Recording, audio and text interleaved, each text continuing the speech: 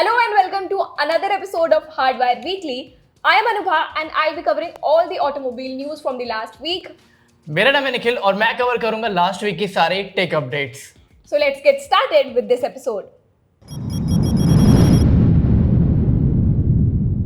शुरू करते हैं टेक अपडेट से। तो पहला टेक अपडेट आ रहा है OnePlus की साइड से। इन्होंने अपना latest OnePlus Buds 3 Pro launch कर दिया है। ये अराउंड 12,000 के आसपास का लॉन्च हो चुका है। इसमें आपको डुअल ड्राइवर्स देखने को मिलते हैं, एक मेन वूफर देखने को मिलता है 11 mm का और एक ट्विटर देखने को मिल जाता है 6 mm का। अब बात ये है कि ये प्रीमियम क्वालिटी का है, तो इसमें आपको 50 डेसिबल का एक्टिव नॉइस कैंसलेशन देखने को मिलेगा। अगर आप केस के साथ में बैटरी बैकअप की बात करो तो अराउंड 43 आवर्स का आपको बैटरी बैकअप देखने को मिलेगा, जो Buds 2 Pro से 4 घंटे ज़्यादा है। ये TWS गेमिंग के लिए भी काफ़ी ज़्यादा परफेक्ट है क्योंकि इसमें लो लेटेंसी देखने को मिलती है 94 मिलीसेकंड की। कमेंट करके बताना कि अगर आपके पास में 12,000 रुपये खर्च करने को हो तो आप OnePlus पे जाओगे, सैमसंग पे जाओगे या फिर एप्पल के किसी पुराने जनरेशन के एयरबड पे जाओगे।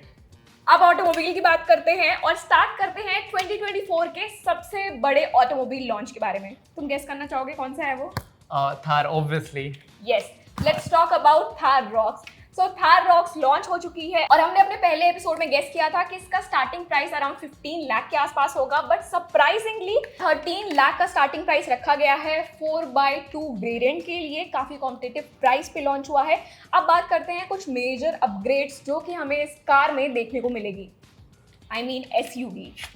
ये काफ़ी मेजर अपग्रेड है ओल्ड 3 डोर थार से। इसमें आपको राउंड DRLs की जगह पे C शेप के LED DRLs मिल जाते हैं। फ्रंट का बम्पर भी पहले से काफ़ी ज़्यादा लार्ज है और जहां आपको 3 डोर थार में 18 इंचेस के अलॉय व्हील देखने को मिलते थे, यहाँ पर आपको 19 इंचेस के अलॉय व्हील्स मिल जाते हैं।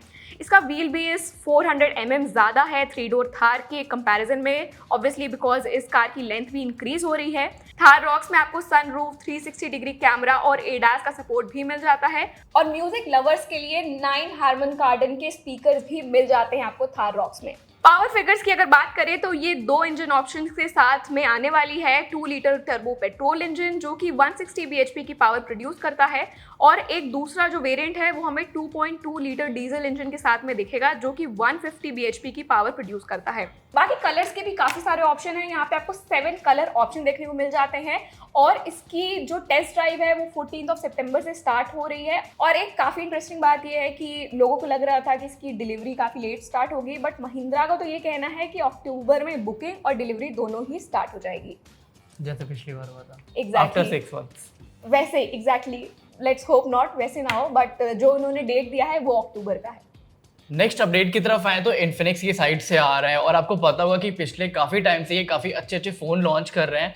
एक टेक्नो करके कंपनी थी, है मतलब अभी भी, तो उन्होंने फोल्ड और फ्लिप लॉन्च करने की कोशिश की थी। लोगों का कहना ये था कि जिस प्राइस पॉइंट पे वो फ़ोन आ रहा है ना, कैमरा उसका उस लायक नहीं है और फ़ोन भी प्रॉपरली फोल्ड और फ्लिप हो नहीं रहा है।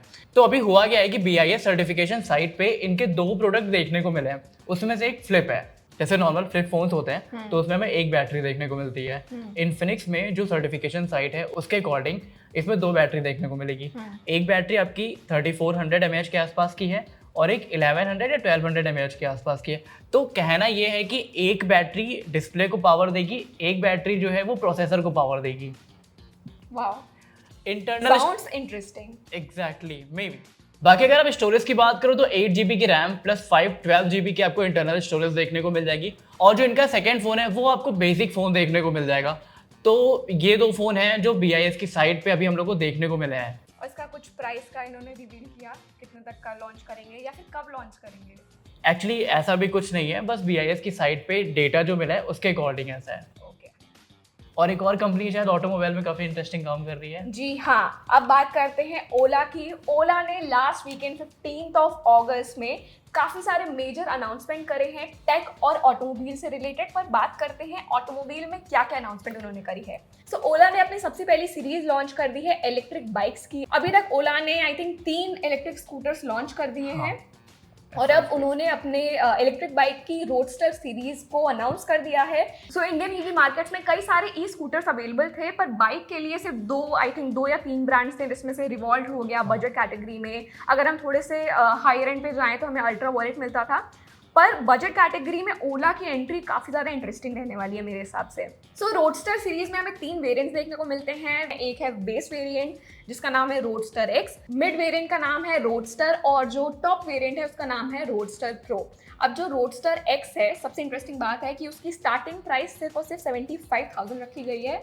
हाँ, मैं शॉक्ड हो गया था। लाइक जब मैंने प्राइस सुना था ऐसा, तो मुझे लगा था कि ये जाएगा 1.25 के आसपास। एग्जैक्टली, क्योंकि आई थिंक ई स्कूटर्स भी हाँ, सेम रेंज पे आती same है। पे यहाँ पे रोडस्टर की स्टार्टिंग प्राइस है 1,05,000 और रोडस्टर प्रो की स्टार्टिंग प्राइस है 1,99,900। दैट मीन्स कि 2 लाख की स्टार्टिंग प्राइस रखी गई है। ओला क्लेम करता है कि प्रो वेरिएंट में सिंगल चार्ज में 579 किलोमीटर तक जा सकती है। दैट मीन्स इसकी 579 किलोमीटर की रेंज होने वाली है। इसकी top speed 194 kilometre per hour की है और ये बाइक सिर्फ और सिर्फ 1.2 सेकेंड्स में 0 to 60 की स्पीड अचीव कर लेती है। तो निखिल, तुम्हें क्या लगता है कि ये जो ओला ने जो बाइक अनाउंस करी हैं वो अपने सेगमेंट की, जैसे कि ड्यूक 390 और भी जो एचयूपी बाइक्स हैं, उनको बीट कर पाएगी? यस, हाँ, क्योंकि इसके पहले अगर आप बात करो ना, तो अगर आप 4 लाख से ज़्यादा लगा रहे थे तो आपको कॉन्टिनेंटल जीटी मिलती थी जो 190 तक जाती थी। और ये अगर 2.5 लाख रुपए में लेकर के आ रहा है, लाइक 2.5 लाख में लेकर के आ रहा है, 194 की टॉप स्पीड है, तो डेफिनेटली इसके आसपास कोई और बाइक आने भी नहीं वाली है। That's true. और अगर आपको इसका वॉक अराउंड देखना है तो इंस्टाग्राम पे आप हमारी रील चेकआउट कर सकते हैं। आई गेस कि ओला ने काफ़ी सारी इंडिया फर्स्ट अनाउंसमेंट भी की है, जैसे ये अपना That's खुद true. का सिस्टम्स वगैरह लेकर के आ रहा है, सिलिकॉन चिप लेकर के आ रहा है। बाकी एक चीज़ जिसमें मैं श्योर हूँ कि अपना पहला AI चिपसेट लेकर के आ रहा है, बोधी 1 करके नाम है, जो शायद 2026 से उसकी डिलीवरी वगैरह शुरू हो जाएगी। ओला ने काफ़ी सारी अनाउंसमेंट करी है। मतलब I am really impressed by the vision of the company, क्योंकि इंडिया स्पेसिफिक जो भी टेक्नोलॉजीज़ हम जितनी भी मेजर टेक्नोलॉजीज यूज़ कर रहे हैं mostly are adopted from outside. So it will be very interesting to see कि इंडियन ओरिजिन एक कंपनी क्या ये कुछ अचीव कर पाती है, क्योंकि उन्होंने अनाउंसमेंट तो काफ़ी विजनरी करी है। एग्जैक्टली। टाटा 6,000 करोड़ इन्वेस्ट कर रहा है तमिलनाडु में। एप्पल का एक मैन्युफैक्चरिंग प्लांट अपना स्टार्ट करने जा रहा है और इसमें जो एप्पल के फ़ोन्स हैं वो नवंबर 2024 से मैन्युफैक्चर होने शुरू हो जाएंगे। एक अच्छी चीज़ ये है कि ये जो पूरा प्लांट है वो 50,000 जॉब्स क्रिएट करेगा और ये विमेन डोमिनेटिंग एरिया होगा पूरा। मतलब यहाँ पे ऐसा है कि मेल फीमेल का अगर आप रेशियो कैलकुलेट करोगे तो फीमेल्स आपको यहाँ पे ज़्यादा देखने को मिलेगी वर्कफोर्स में। एग्जैक्टली। तो क्या आईफोन सस्ते होने वाले इंडिया में? I don't think so. हाँ, प्रॉफिट जनरेशन ज़्यादा हो सकता है एप्पल का। एक और मेजर अनाउंसमेंट ऑटोमोबाइल की दुनिया में है BSA की तरफ से। BSA गोल्ड स्टार 650 इंडिया में अपना कमबैक कर रहा है। BSA ने अपना ग्लोबली कमबैक किया है 2021 में और ये अपनी एक 650cc बाइक लेकर आ रहे हैं इंडिया में, जिसका नाम है BSA गोल्ड स्टार 650। ये बाइक आती है रेट्रो लुक के साथ और इस बाइक में आपको मिलता है 652cc के सिंगल सिलेंडर इंजन जो कि प्रोड्यूस करता है 45.6 bhp की पावर। इस बाइक का ओवरऑल वेट जो है 201 किलोग्राम्स है और सीट हाइट है 782 mm। अगर इसे आप रॉयल एनफील्ड इंटरसेप्टर 650 से कंपेयर करते हो तो इंटरसेप्टर 650 में आपको 648cc का पैरेलल ट्विन इंजन मिल जाता है जो कि 47 bhp की पावर प्रोड्यूस करता है। और अगर इस बाइक की प्राइस की बात करें तो इसका प्राइस है 3,03,000 रुपीज़। नेक्स्ट जो टेक न्यूज़ है वो भी BIS सर्टिफिकेशन की साइट से आ रहा है। सैमसंग का S24 FE इस पे स्पॉट हुआ है और ये इंडियन वेरिएंट में स्पॉट हुआ है। देखो, बात यह है कि बार बार सब लोग कहते हैं कि FE सीरीज नहीं आएगी और सैमसंग सेम काम करता है, पहले एक्जिनोस लेकर के आएगा फिर उसके बाद स्नैपड्रैगन लेकर के आएगा।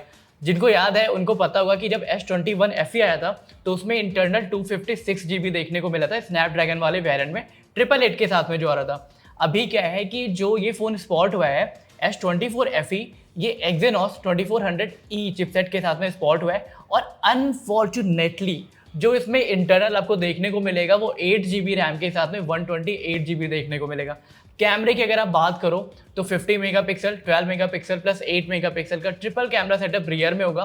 तो एक चीज़ फॉर श्योर है कि सैमसंग अभी भी अपने फैन एडिशन सीरीज को लॉन्च कर रहा है और अपने फैंस का ध्यान रख रहा है, कम प्राइस में ज़्यादा स्पेसिफिकेशन।